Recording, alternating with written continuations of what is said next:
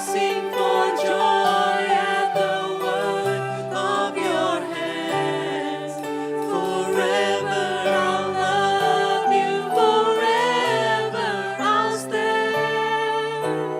Nothing compares to the promise I have in you.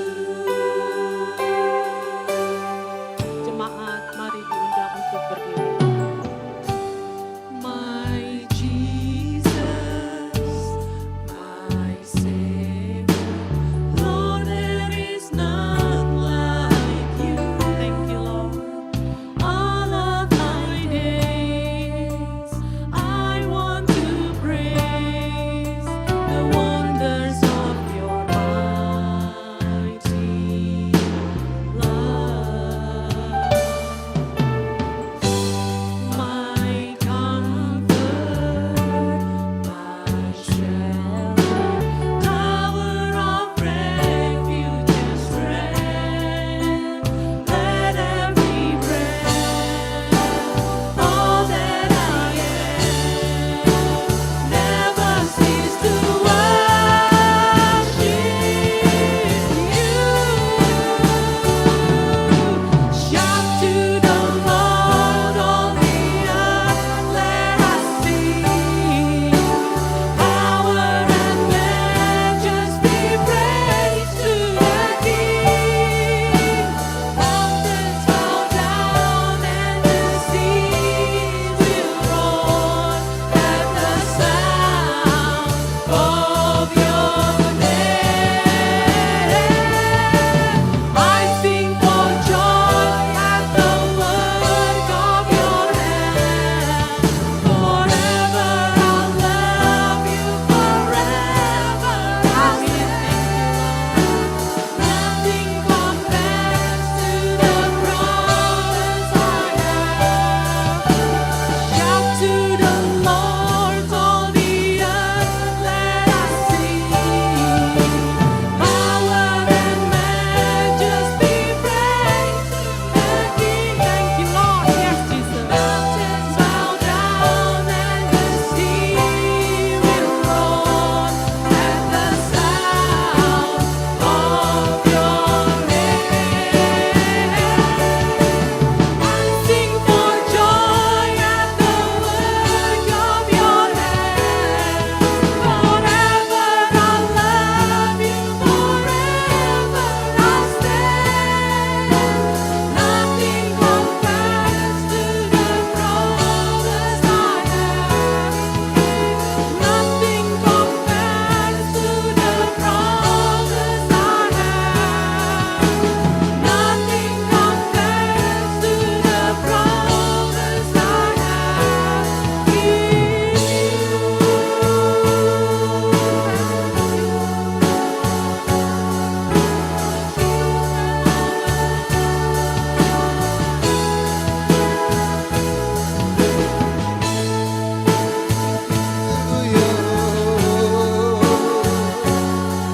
Terima kasih Tuhan. Oh, terima kasih.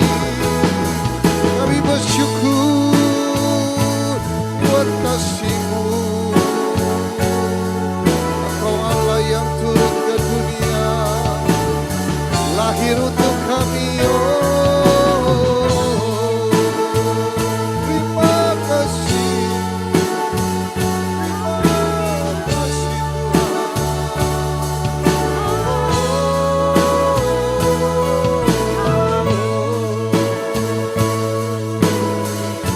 Allah yang baik, Allah yang mengasihi kita semua. Terima kasih Tuhan, terima kasih. Thank you, Lord. Kami bersyukur buat kasih setia Tuhan dalam kehidupan kami. Bapa, terima kasih. Kau sudah mengirim anak-Mu yang tunggal ke dunia ini, lahir sebagai putra Allah, sebagai manusia, menebus dosa kami semua. Terima kasih Tuhan, terima kasih.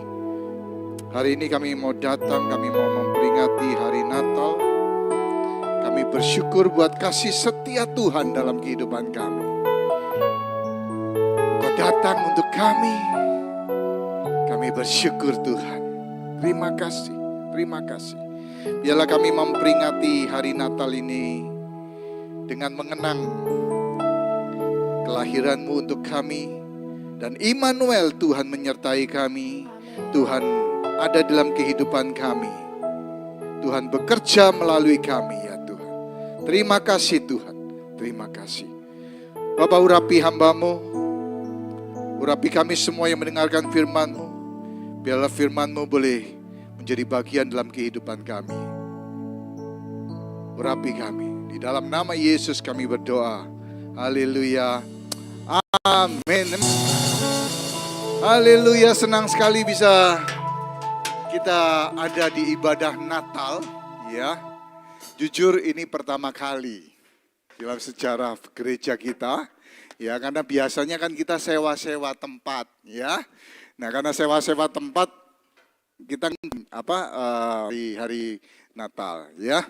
Saya mau welcome satu orang, ya, beberapa orang ini nanti keluarga harapan juga, ya, yang sudah hadir di tempat kita, ada ya, liburan atau 1 bulan. Juga Pak Budi, Cik Swan, Iren, ya, sama satu Ibu Juliani. Ini anggota FA saya tahun 2000 berapa ya? Tante Kin masih ingat kan? Ini.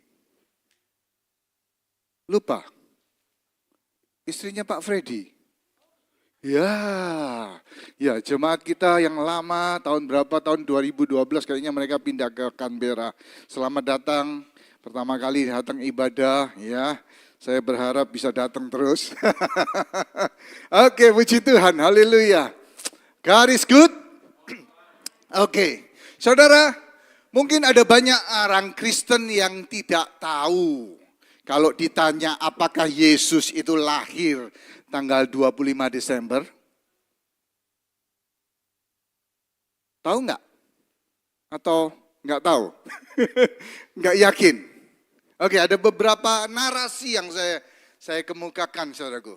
Ya, ada banyak orang berkata, oh itu Natal itu 25 Desember itu sebenarnya adalah peringatan hari lahir Dewa Matahari. Apa ada sih Dewa Matahari? Iya kan? Tapi saya mau katakan begini. Perayaan Dewa Matahari itu diperkirakan itu dimulai pertama kali tahun 274 Masehi. Ya, AD 274 Masehi. Itu pertama kali mereka menyelenggarakan pesta memperingati kelahiran Dewa Matahari, ya. Ada penyembahan, kultus penyembahan di Roma pada waktu itu, tahun 274 Masehi. Tapi dari sejarah kita tahu bahwa sebenarnya peringatan Natal itu dimulai kira-kira 126 Masehi. Jadi sudah 100 tahun sebelum daripada peringatan Dewa Matahari itu. Ya, jadi Natal lebih dahulu diperingati daripada peringatan Dewa Matahari yang dikultuskan oleh orang-orang Romawi pada waktu itu. Bagaimana mungkin kita bisa berkata bahwa Natal itu adalah peringatan, dulunya peringatan Dewa Matahari? Enggak mungkin, karena Natal itu diperingati lebih awal. Nah, oke, itu.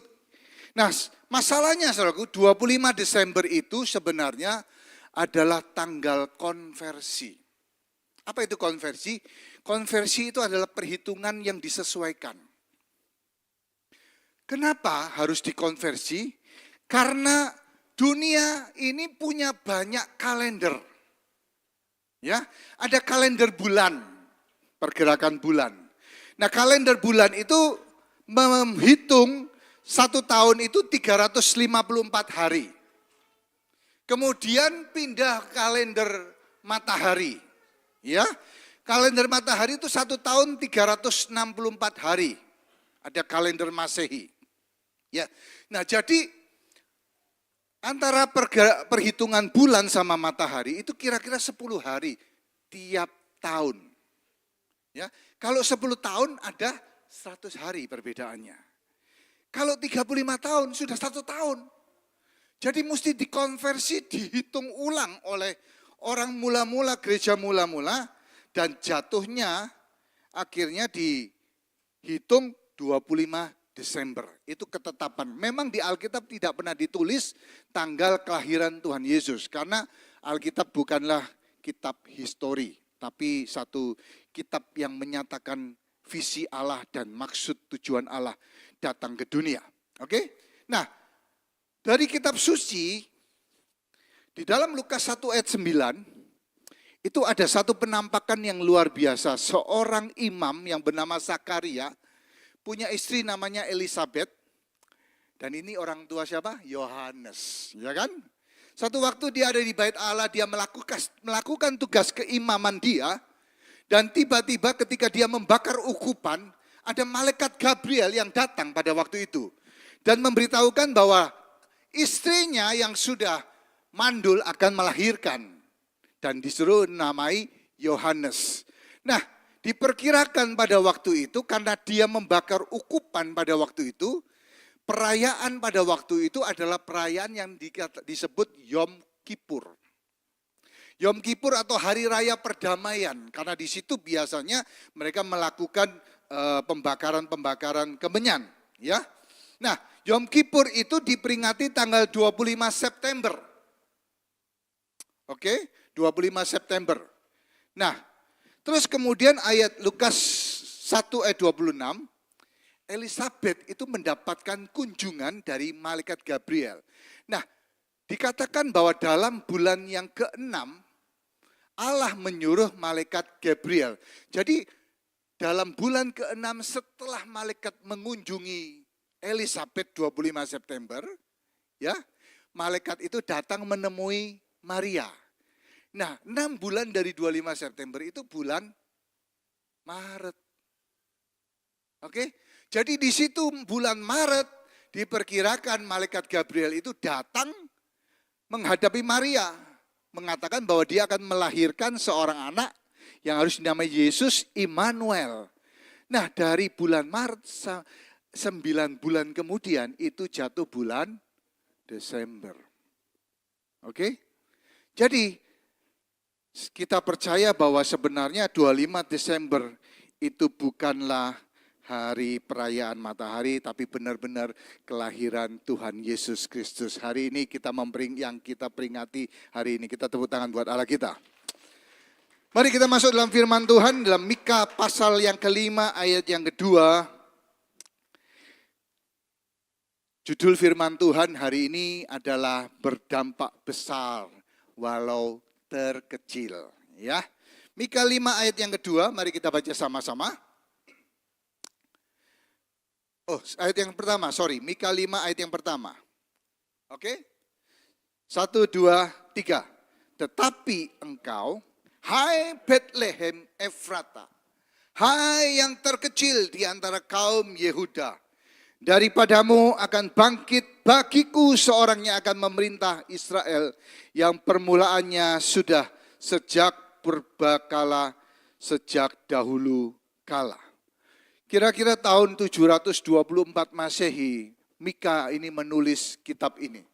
Dia meramalkan bahwa akan ada kedatangan seorang Mesias, seorang yang pemimpin yang akan dibangkitkan untuk bangsa Israel.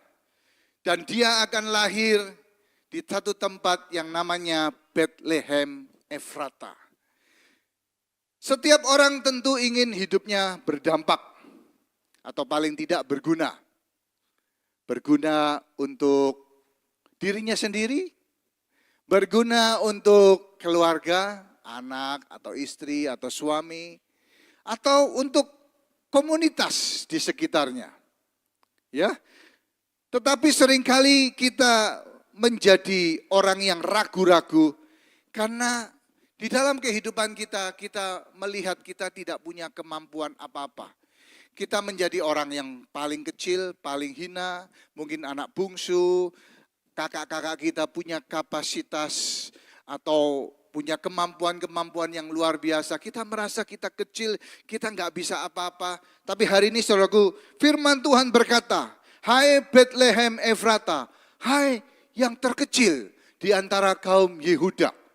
Saudaraku, satu predikat yang luar biasa disebutkan di sini terkecil, ditaruh pada nama Bethlehem Efrata. Dan memang Bethlehem Efrata adalah kota kecil.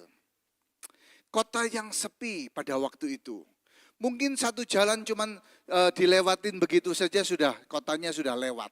Ya, bahkan di dalam sejarah dikatakan bahwa kalau dulu orang Israel itu punya kepemimpinan 10.000, ternyata jumlah penduduknya nggak sampai 10.000. Sehingga mereka harus bergabung dengan kota-kota lain supaya dipimpin oleh satu orang beberapa tempat. Ya, karena kecil sekali. Tapi kata terkecil itu ditulis di dalam Alkitab menunjukkan seakan-akan bahwa tidak ada masalah bagi Tuhan untuk bekerja dalam kehidupan orang yang kecil dan tidak dipandang mata oleh dunia. Bagi Tuhan tidak ada masalah. Nah, ada 2 poin yang saya mau kemukakan pada hari ini, saya bagikan. Apa yang Allah lakukan dalam kehidupan kita? Yang pertama, Allah memilih yang terkecil. Allah memilih Bethlehem yang terkecil, yang tidak dipandang mata, yang tidak ada papanya. Bahkan saudaraku, dalam Mika pasal yang keempat sebelumnya, Alkitab menyebutkan satu pasal tentang kota yang namanya Sion, Yerusalem. Jadi saudaraku, Sion itu dibanggakan oleh Tuhan sebagai kota Tuhan, sebagai kota Allah. Saudara, satu pasal, tetapi Tuhan mau menunjukkan bahwa ternyata bahwa keselamatan bukan datang dari Sion. Bahwa Mesias tidak lahir dari kota Yerusalem, tapi dari satu kota yang kecil, yang terkecil dari antara kaum Yehuda, yaitu kota Bethlehem. Saudaraku, kenapa disebutkan Efrata, Bethlehem Efrata? Karena ada satu Bethlehem, kota Bethlehem di Sebulon yang lebih besar daripada Bethlehem Efrata. Saudara, Tuhan mau memilih yang terkecil. Saudara ingat, Bethlehem ada satu orang yang lahir, yaitu namanya Daud. Daud dipilih dari Bethlehem.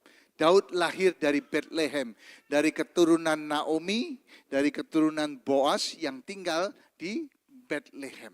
Saudara ingat bagaimana Tuhan memilih Daud?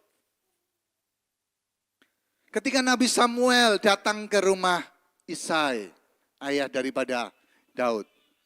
Saudaraku, apa yang terjadi? Samuel bilang, aku akan mengurapi anakmu dan akan diangkat menjadi raja. Oh, Samuel bawa anak-anaknya ke depan. Eliab, Abinadab, Syama, ada 3 nama anaknya yang tercantum. Mereka tinggi, gagah perkasa karena tentara, seorang army. Orang tua David berkata, pikir ini anak-anaknya yang pantas jadi raja. Karena tinggi besar. Ya. Tapi 7 orang anaknya tidak ada satupun yang dipilih. Ketika Samuel bertanya sama Tuhan, inikah dia? Tuhan berkata, tidak. Bukan dia. Apa yang dilihat manusia beda dengan yang dilihat Tuhan. Dan kemudian Samuel bertanya sama Isai, mana anakmu semuakah ini? Ada satu ketinggalan. Sekarang ada di ladang. Dia lupa. Atau mungkin dia berpikir, Isai berpikir, gak mungkin Daud ini kepilih. Karena dia pendek, tidak tinggi, tidak tegap, tidak pantas jadi raja. Dia terkecil daripada saudara-saudaranya. Bahkan dikatakan wajahnya kemerah-merahan, imut-imut saudaraku. Tapi Samuel berkata, panggil dia, kita gak akan makan sebelum dia datang. Dan ketika Daud datang, Tuhan bicara sama Samuel, dia berkata, ini dia orang yang kupilih. Sekalipun dia terkecil, sekalipun dia dipandang hina oleh ayahnya, bahkan oleh saudara-saudaranya, tapi aku memilih dia.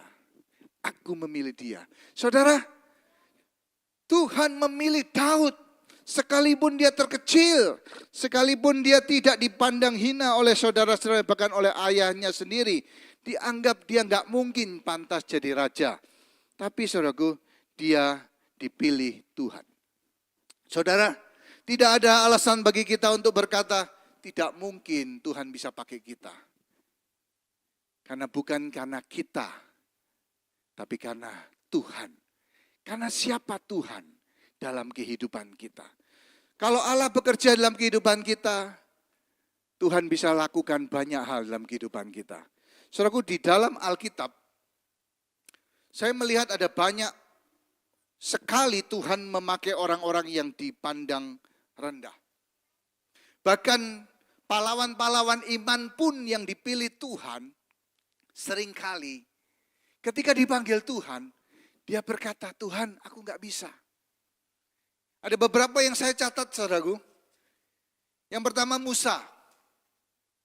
Musa itu memang orang yang luar biasa. Dia dilahirkan dan akhirnya dia dididik oleh Raja Mesir. Tapi saudaraku, ketika dia dipanggil Tuhan, dia ngomong sama Tuhan, Tuhan panggil orang lain saja. Aku nggak bisa bicara. Aku nggak pantas. Aku nggak bisa bicara. Musa pun mengalami ketidakpercayaan dirinya ketika Tuhan memanggil dia. Gideon adalah orang yang penakut.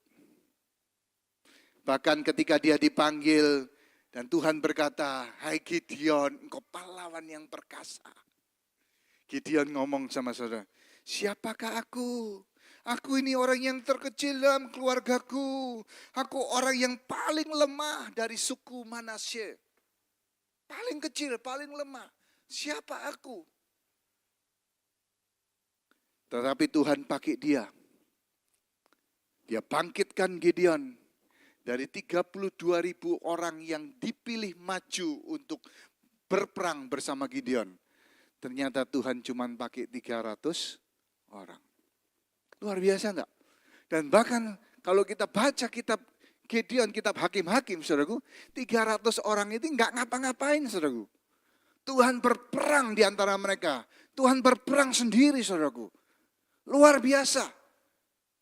Sekalipun Gideon enggak bisa apa-apa, tapi Tuhan memakai dia. Yeremia waktu dipanggil Tuhan umurnya 18 tahun, saudaraku. Masih muda. Tapi Tuhan mau pakai dia. Dia bilang, Tuhan siapakah aku? Aku masih terlalu muda. Aku nggak tahu apa bagaimana. Tapi Tuhan pakai dia. Dipakai untuk sebagai apa?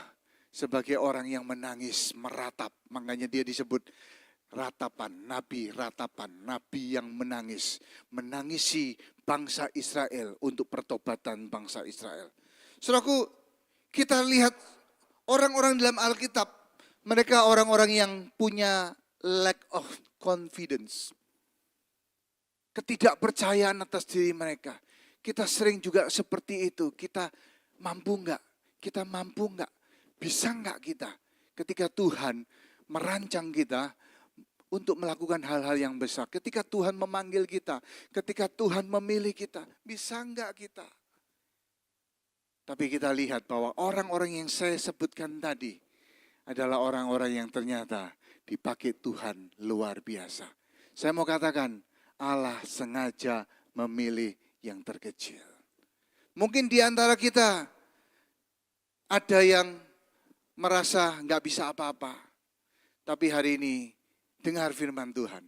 Hai Bethlehem Efrata, hai engkau yang terkecil, daripadamu akan keluar, akan lahir seorang pemimpin. Daripadamu Tuhan akan pakai hidupmu. Yang percaya katakan amin. Yang kedua, Tuhan memilih yang rendah untuk menunjukkan bahwa kekuatannya sempurna dalam kelemahan. Wow. Tuhan sengaja memilih yang rendah, yang hina, yang tidak diperhitungkan. Tapi menunjukkan kekuatannya Tuhan sempurna dalam kelemahan kita. 1 Korintus 1 ayat 28. Dan apa yang tidak terpandang dan yang hina bagi dunia, dipilih Allah Bahkan apa yang tidak berarti dipilih Allah untuk meniadakan apa yang berarti. Saudara, yang tidak terpandang, yang hina, yang tidak berarti dipilih Allah untuk meniadakan apa yang berarti. Saudara, saya tidak pernah merancang untuk jadi seorang hamba Tuhan. Dulu saya waktu sekolah di Malang, tiap 2 minggu sekali lah mungkin. Karena saya tinggal di asrama ya, saya pulang ke Surabaya, hometown. Naik bus. Waktu itu sudah Juni waktu itu ya. Zaman bis patas ya, yang orang-orang Surabaya tahu, bis patas. Cepat terbatas itu, patas. Ya, jadi 1 jam itu ya. Saudaraku, saya tiap 2 minggu pulang, saudaraku. Orangnya pemalu. Bahkan saya nggak bisa ngomong sama orang di sebelah saya, nggak kenal, nggak mau. Ya, saya orangnya minder, saya orangnya pemalu.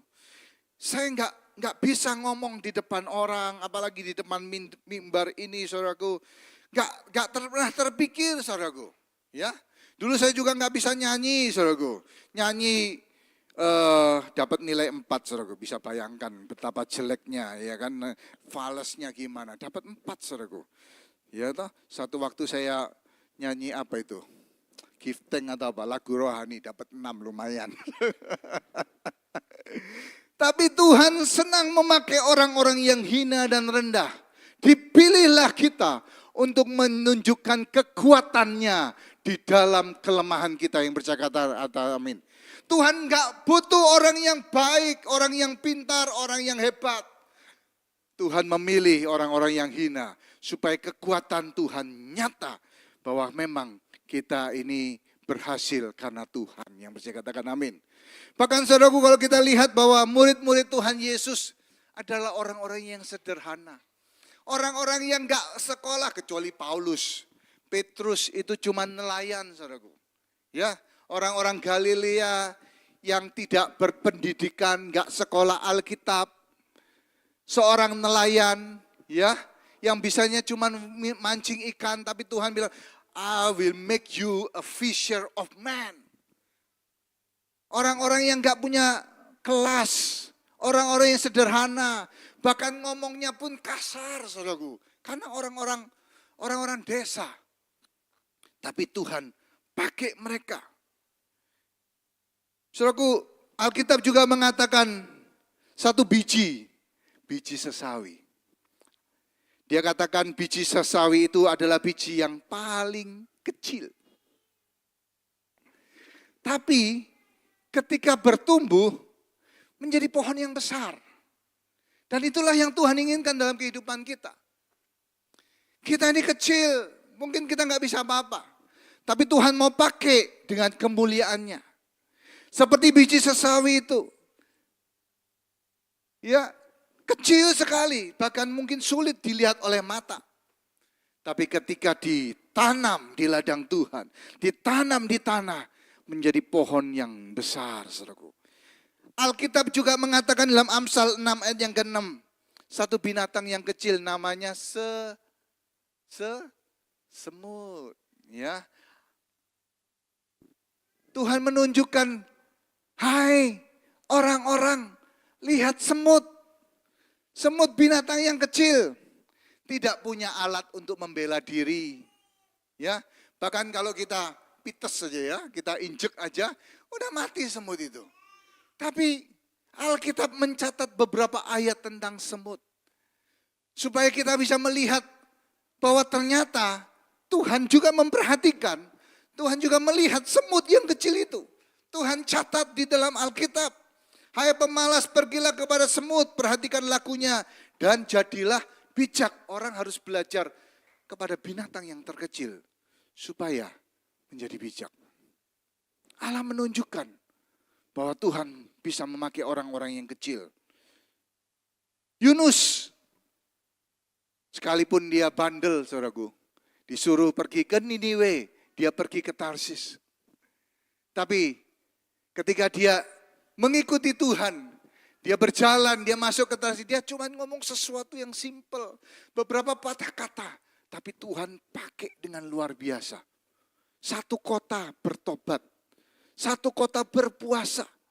Minta ampun sama Tuhan atas dosa-dosa mereka. Bahkan Raja Nineve pun turun dari tahtanya. Bertobat, berpuasa. Hewan-hewan pun tidak diberi makan. Berpuasa, ikut berpuasa. Menunjukkan bahwa Tuhan yang memakai hidup Yunus. Daud, gembala domba, bertubuh kecil. Tapi Tuhan bisa memakai hidup Daud untuk mengalahkan seorang raksasa yang namanya Goliat. Dengan sebuah senjata yang sederhana, yang tidak diperhitungkan, bahkan dihina oleh Goliat. Anjingkah engkau, aku, sehingga engkau mendatangi dengan ketepil itu? Saudara, Daud adalah orang yang kecil, gembala domba yang tubuhnya kecil, tapi bisa mengalahkan Goliat. Alkitab juga mencatat seorang anak yang membawa 5 roti dan 2 ekor ikan untuk bisa memberi makan 15.000 orang. Luar biasa enggak? Tapi ini anak dengan rela dia memberikannya. Hanya sedikit, tapi Tuhan bisa memakai, melipat gandakannya untuk bisa memberi makan 15.000 orang. Timotius sangat muda, tapi Tuhan pakai untuk memberitakan Injil, menjadi gembala, menjadi rasul, menjadi orang-orang yang mengepalai beberapa orang yang mungkin sudah berumur. Petrus, penjala ikan, tidak punya pendidikan, tapi Tuhan pakai. Saudara, percayalah, kalau Tuhan bisa pakai mereka yang hina, yang rendah, Tuhan bisa pakai hidup kita. Yang percaya katakan amin. Bahkan kekuatan Allah itu sempurna di dalam kelemahan kita. Kekuatan Allah tidak sempurna bagi orang-orang yang sombong. Bagi orang-orang yang bangga dengan kekuatannya. Bagi orang-orang yang terlalu percaya dirinya sendiri. Saudara, dunia ini mengajarkan apa? Kalau engkau percaya, engkau pasti bisa. Tapi sebenarnya kita nggak bisa apa-apa, hanya Tuhan yang membuat kita bisa. Ngomong saja, ucapkan, maka engkau akan, itu mindset, the power of mind. Oke juga. Tapi sebenarnya pada dasarnya kita ini nggak bisa apa-apa. Hanya kekuatan Tuhan bisa sempurna di dalam kelemahan kita. Kalau kita sadar bahwa kita ini manusia biasa, kita nggak bisa apa-apa. Saudara, hari Minggu saya mau ibadah akhir tahun ini agak spesial. Ada beberapa orang mungkin kalau mau kesaksian, saudaraku, dalam tahun 2024 ini, saudara bisa kasih tahu saya berikan waktu saudara untuk bersaksi. Tuhan itu baik, Tuhan itu luar biasa. Kita nggak mampu, kita nggak bisa, tapi ternyata Tuhan memilih kita. Tuhan berperkara, Tuhan melawat, memakai kehidupan kita yang percaya katakan amin. Haleluya. Tuhan adalah Tuhan yang berspesialisasi dalam menggunakan hal-hal yang tidak terpandang oleh dunia untuk melakukan hal-hal yang besar bagi kemuliaan namanya. Luar biasa. Saudara, dari sejak September kita raising fund. Ya. Kita butuh 250.000 untuk DP building ini yang kita beli, ya. Dan kita hampir butuh sekitar 200.000, tapi ternyata Tuhan cukupi. Sampai sekarang saya hitung sekitar 215.000 lebih. 250, jadi 10.000, 15.000 lebih dari kebutuhan yang kita perlukan, saudaraku.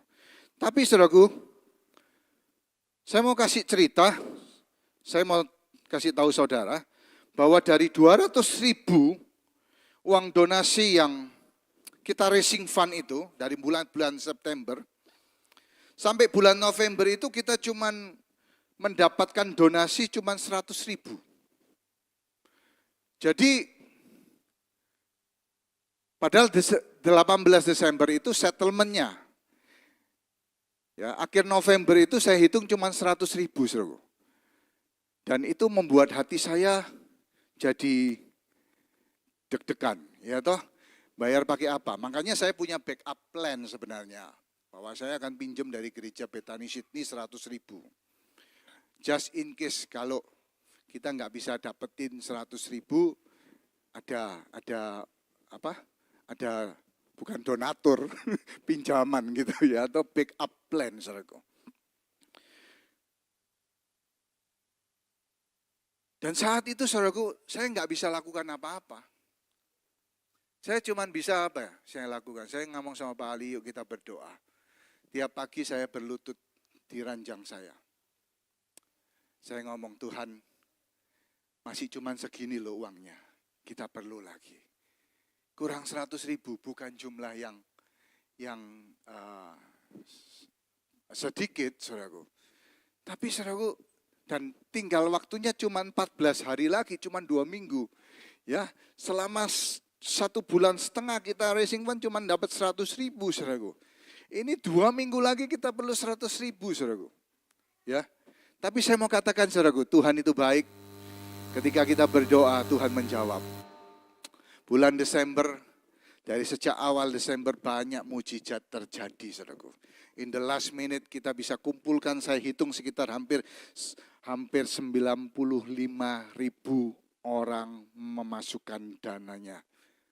Tuhan itu baik, Tuhan itu ajaib, Dia tidak pernah terlambat. Kita tepuk tangan buat Tuhan kita. Wow!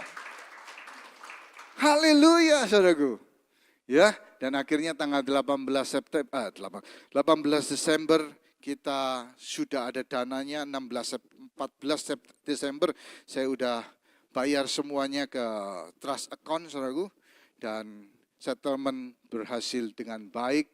Puji Tuhan, Tuhan memberikan gedung ini untuk kita. Haleluya. Segala kemuliaan bagi Tuhan is because only by His grace. Amin. Tuhan memilih yang terkecil dan Tuhan memilih yang hina dan rendah. Dan saya percaya, saudaraku, dalam kehidupan kita, mungkin jemaat kita cuma 70 orang. Ya. Kecil. Tapi sesuai dengan firman ini, Tuhan memilih yang terkecil untuk memberikan dampak yang besar. Yang amin cuma satu, Tante Kin doang. Tuhan memilih yang terkecil untuk memberikan dampak yang besar. Yang percaya katakan amin, kita tepuk Tuhan buat Allah kita. Segala pujian bagi Tuhan. Saudaraku, saya percaya bahwa kalau Tuhan sudah melunasi DP ya 30% yang harus kita bayar. Waktu itu juga saya gimana bisa ya. Ya, tapi Tuhan melunasinya, Tuhan membayarnya. Saya percaya bulan-bulan berikutnya ada cicilan yang kita mesti bayar, pasti Tuhan mencukupi. Minggu lalu saya pelayanan di Bethany Mandura, ya. Saya khotbah dan saya cerita tentang gereja pembelian gedung, saudaraku. Dari mereka nggak tahu, saudaraku, ya. Tapi saudaraku, setelah saya kesaksian bahwa mujizat Tuhan menyertai kita luar biasa. Setelah ibadah ada satu ibu datang sama saya dan dia berkata begini, Pak Peter, saya mau janji iman. Saya setiap bulan akan menyisihkan uang, nggak banyak sih, ya, saya nggak usah sebutin namanya, sekian dalam 3 tahun untuk membayar cicilan gereja Bethany. Saya pikir, wah, luar biasa. Walaupun jumlahnya nggak banyak, saudaraku, tapi ini satu janji, satu komitmen yang luar biasa untuk orang yang sederhana. Ya, kita tahu gereja sana kan orang ya kan kerjanya itu biasanya cuman cleaning, kerjanya di Petrostris, cuman kerja biasa-biasa. Tapi mereka punya hati. Mereka komitmen 3 tahun janji iman, walaupun jumlahnya nggak banyak, tapi sangat menyentuh hati saya, saudara. Dan saya percaya bahwa Tuhan itu akan memberkati hidupnya juga. Ya, satu contoh yang baik apalagi kalau bisa diikuti gereja Perth ini, ya toh, punya komitmen yang lebih dalam hati, punya janji iman. Saudaraku, datang kepada Tuhan, saya mau memberikan lebih untuk gereja ini supaya bisa cicilannya bisa dibayar, saudaraku. Dan saya berdoa supaya hutang kita 500.000 lebih itu dalam 5 tahun pun juga bisa lunas. Nggak ada yang amin. Percaya nggak? Saudara, saya itu saksinya istri saya. Kita pernah punya rumah pertama di Willetton. Waktu kita ngangsur itu pertama kali, umur saya waktu itu, saya menikah umur 27, waktu itu kita beli rumah sekitar umur 28 tahun. 28 tahun nyicil. Di sini kan home loan itu kan 30 tahun. Jadi kalau 28 tahun, 30 tahun, umur berapa? 58 tahun, saudaraku. Saya hari ini umur 57. Tapi utang saya waktu di Willetton itu bukan 30 tahun. 7 tahun saya bisa bayar lunas. Gak masuk akal, tapi Tuhan buat mujizat. Luar biasa enggak?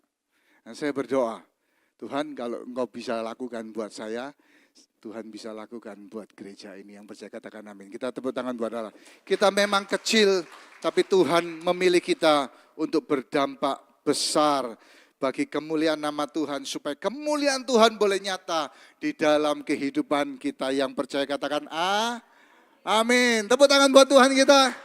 Mari kita bangkit berdiri. Ya kan, janji saya 1 jam kita ibadah Natal. Oke, panggil musik, kita menyembah Tuhan. Dan kita akan akhiri ibadah ini dengan luar biasa, dengan sukacita. Haleluya, haleluya. God is good. God is good, God is good. Puji Tuhan, haleluya.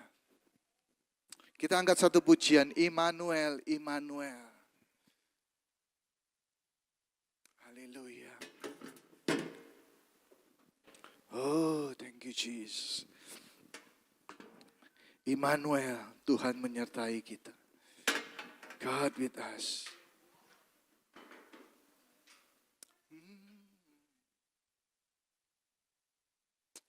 Terima kasih Tuhan, Engkau lahir untuk kami. Engkau datang, Engkau memilih orang-orang yang kecil, orang-orang yang hina, orang-orang yang rendah Tuhan. Siapakah kami ini Tuhan? Tuhan memilih mengasihi kami. Tapi Tuhan memilih dan menyertai kami. Terima kasih Tuhan. Terima kasih. Immanuel. Immanuel. Tuhan menyertai kita. Immanuel.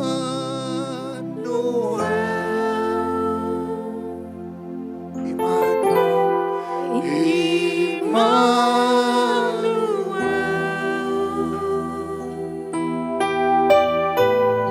Namanya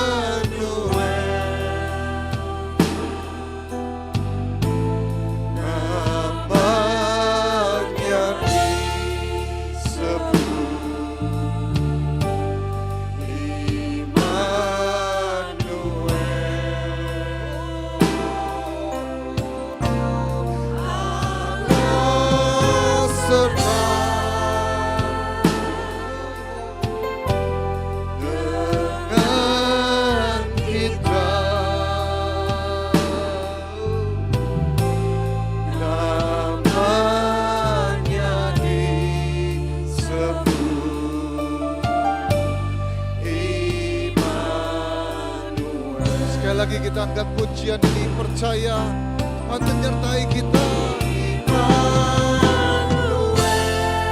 Tuhan memilih kita, Tuhan menyertai kita, Tuhan di dalam kehidupan kita. Namanya disebut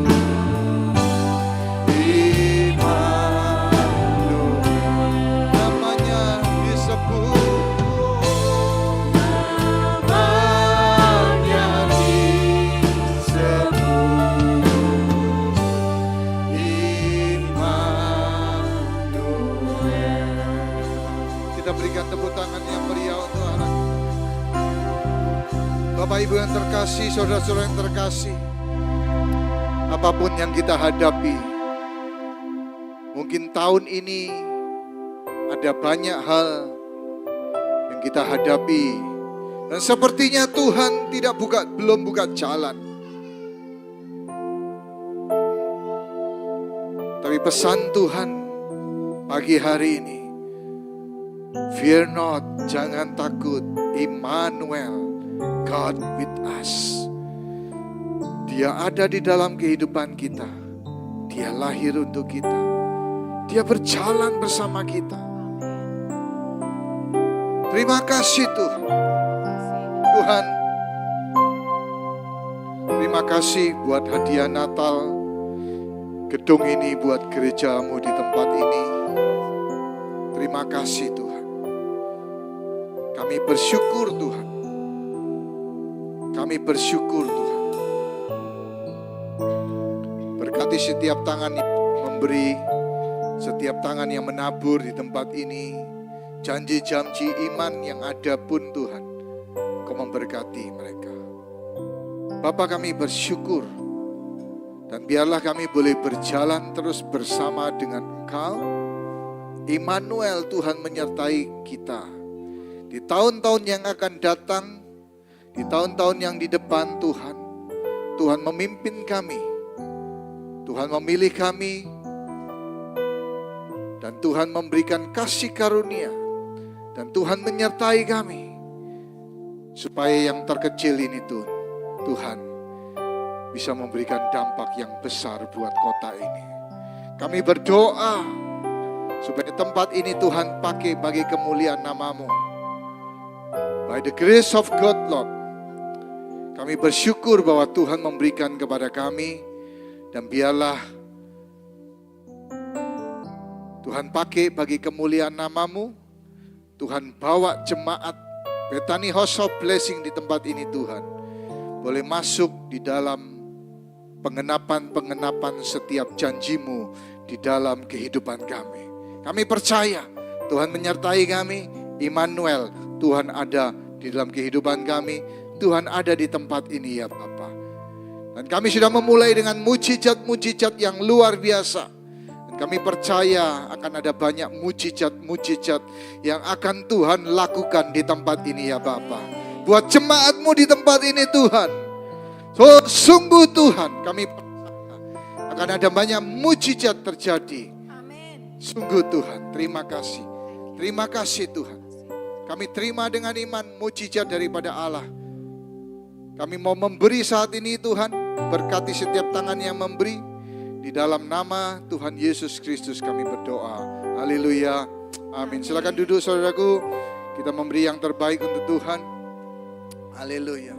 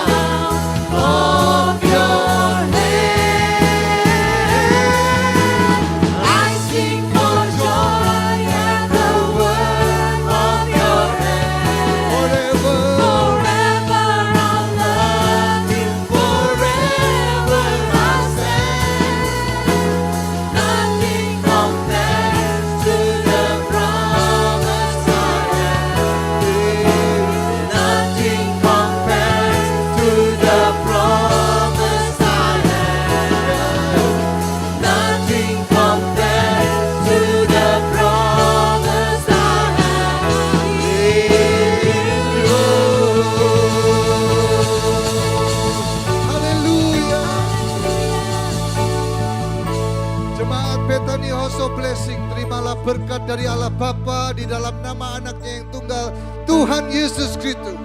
Kuat kuasa Roh Kudus menyertai kehidupan kita, mulai dari hari ini sampai besok, sampai Maranatha, sampai Tuhan menjemput kita di awan-awan. Yang percaya sudah diberkati, sama-sama katakan amin. Tuhan memberkati. God bless you. Have a good Christmas. Happy holiday.